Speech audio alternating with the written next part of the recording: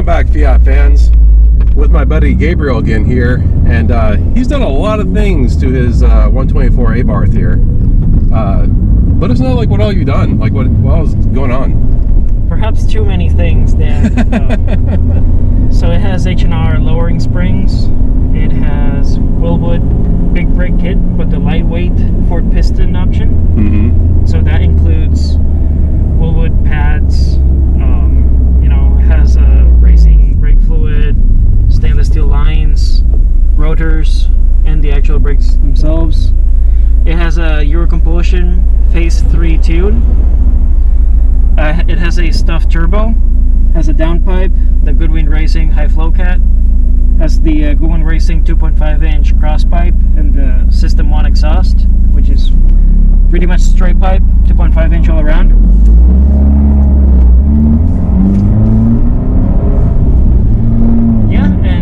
It has Karcepts sway bars.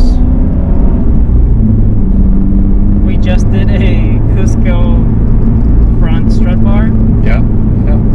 Yep, and just a couple of bits and pieces there, like the AFE power cold air intake. What size tires do you have on this thing? Yeah, so these are the brand new RT660s, and they are 235 4D17. Substantially bigger than the ones on my Spider. Yeah, stock size is 205. This has 235. Yep. 200 tread wear. So the very first thing I noticed whenever I got in your car and drove it for the first time was obviously at low speed, wasn't seeing anything else, but like the brake feel is way different on your car. It's much more firm, and it just feels better. Like overall, that's the those Wilwood brakes, and you can definitely feel, like, even just kind of putting around here on low speed, that the suspension's like much tighter. Like, it's obviously firmer, but I don't know what. On good roads, it's perfect. Right? Yeah. It's perfectly compliant. Yeah. Like, this has the most aggressive sway bars on the market. They were way too expensive. They were like $1,200. But they install a lot easier. So instead of paying the mechanic a lot more, Right. I paid a lot less and more in product. So I think that's a better investment. So in good roads, it's perfectly compliant. More so than your 4C, for example. Oh, right. Yeah. It's really intense. You thought the 4C was kind of rough. But yeah, like, definitely, like, on smooth roads, like, this thing doesn't feel too bouncy or jittery at all. Like, one very important thing that I noticed with the stock suspension, or even with the springs but without the sway bars, is that this car, it kind of bounces a bit when it's like on rough pavement.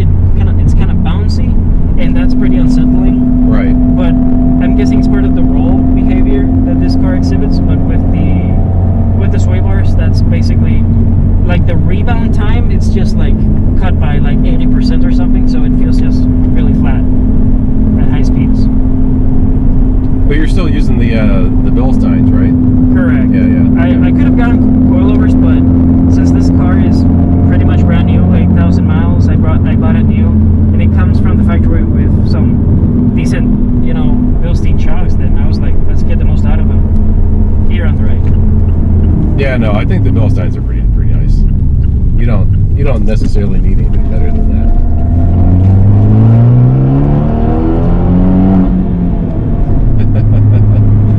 Man, that System 1 exhaust, that definitely, like, livens up the audio.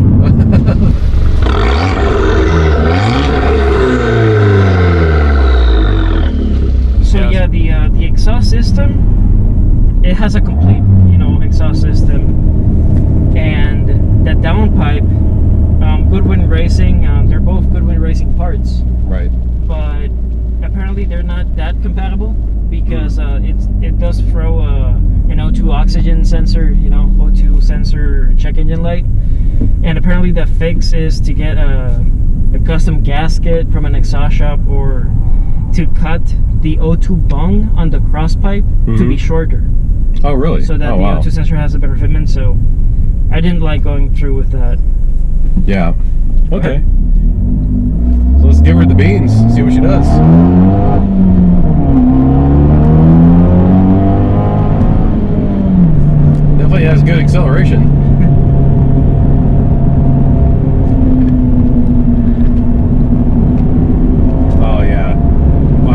really nice, man. That is a lot of G's. The weight transfer is good too.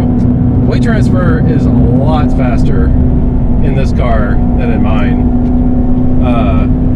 In mine, I got like the soft suspension, so you have to wait for it to like lean over. But like this thing goes real flat. Yeah. I'm sure those sway bars have a lot to do with that. Oh yeah.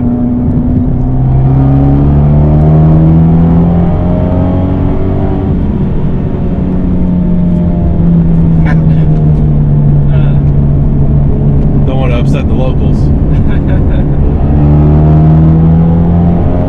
You guys have a nice view of the aftermarket boost gauge Gabriel installed too. Yeah, that's pretty much an essential item, especially when you're tuning it. Even for stock, it's good to have. But no, man, I like what you've done with this thing. It feels real nice and tight, and I mean, this is a pretty smooth road right here. So yeah, like I'm not uncomfortable in any way at all. no, it's like this is perfect for this road. So this is actually like the purpose of the car. It's to be a, you know, spirited daily driver. I get you. Yeah, right. Yeah. So, Well, I mean, you've done a lot of mods for a daily driver, but that's because, you know, the car is really cheap. I got it for 26 brand new. yeah, I mean, these things are an amazing value. They really are. They are. You get a lot of car for the money on these guys. So maybe the only thing I would change for it to be a better daily driver might be the System 1. This is part of what I bought, why I bought it, is that it has the option to switch a section at the back from straight pipe to one with a resonator. Okay. So it's like a, you know, like a foot long, maybe shorter. Yeah. Yeah. Well, I mean, it is louder than my car, but it's not. Well, we also have the top up. Yeah, I know. I mean, it's not unbearable. I don't think. Oh no, it's not unbearable. No, I mean, it's pretty impressive that, like, even though you've done like the bigger turbo or the stuffed turbo and all this stuff, like you haven't really ruined the drivability of the car, just as like a general like basis. Yeah. So.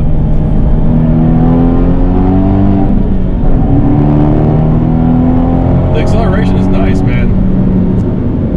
How nice? Better than mine. These Falkens like hook, man. Yeah. They're good.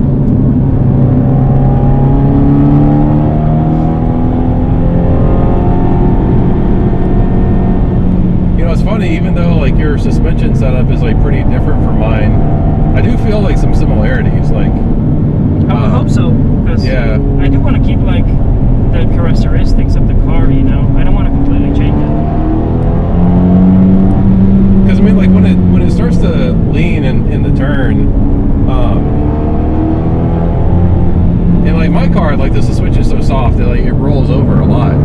But like once it takes a set, you feel the back end like start to push out.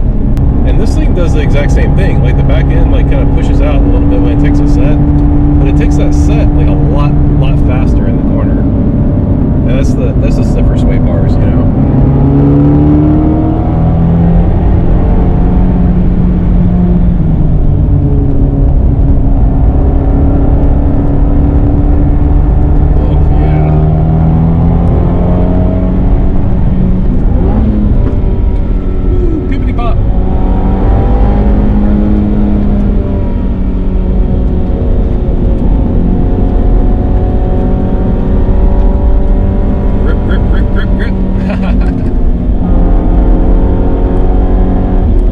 Yeah, the weight transfer is like in the transition, you know, go from like one side to the other. Feels real good. Yeah.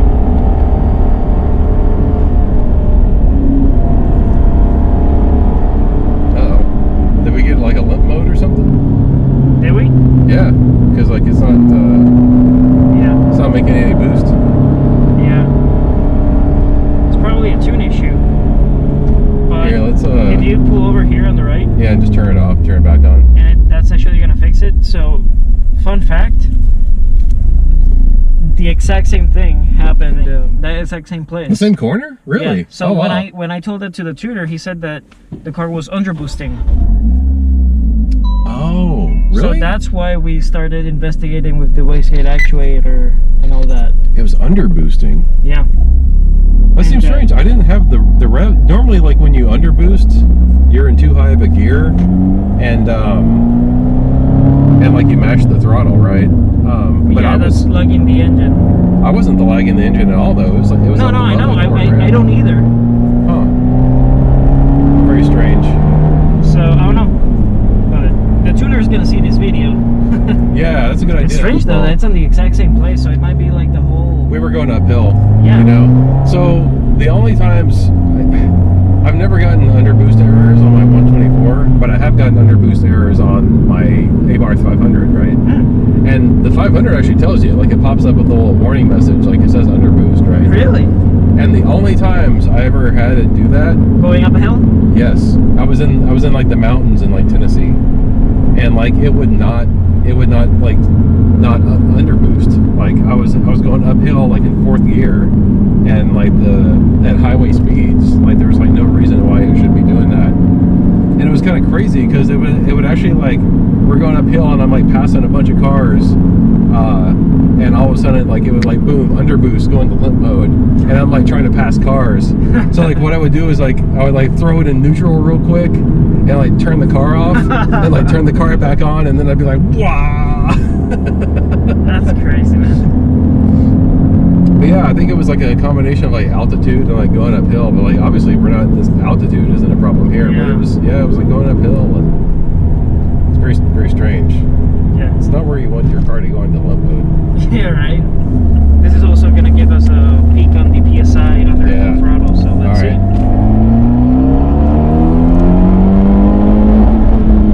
It's definitely not. It's only going up to like 22. Also like getting some like backfiring there. Did you hear that? Yeah, I did hear that. Yeah. That's why we upgraded the coils. Yeah. And the spark plugs. So Ryan, the mechanic that worked on this car, he said that that's normal for tuned 1.4 engines. To like pop like that? Yeah. That's what he said. We'll see. You know, we'll see after he sees this video if we're talking about the same thing. You know? Right. Yeah. So was it just a sound, or did it like actually? No, it hesitated too. Yeah. Yeah, it hesitated too. Let's flip around and like do it again. But like you're definitely only good until like 22 psi there. Yeah, that's what I told the tuner all of this time. So. All right, holding at about 2,500 RPM in 2nd gear. Let's hit it.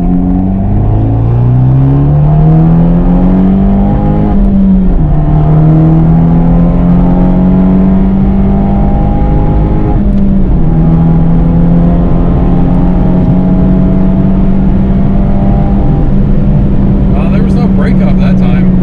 Yeah, I mean it's just something that happens very, very sporadically. Yeah. So drive down some rougher roads and see how the suspension like really handles.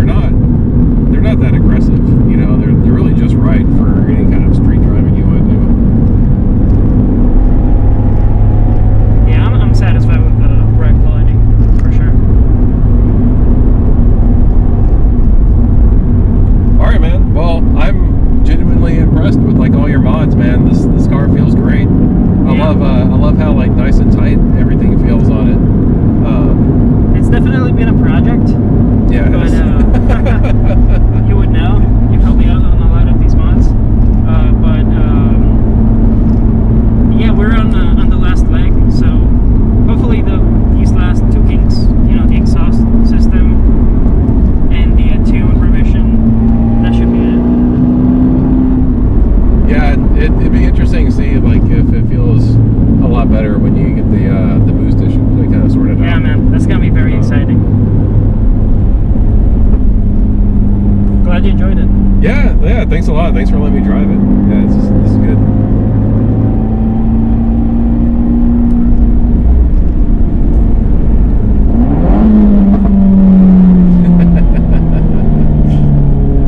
Love the downshift pops.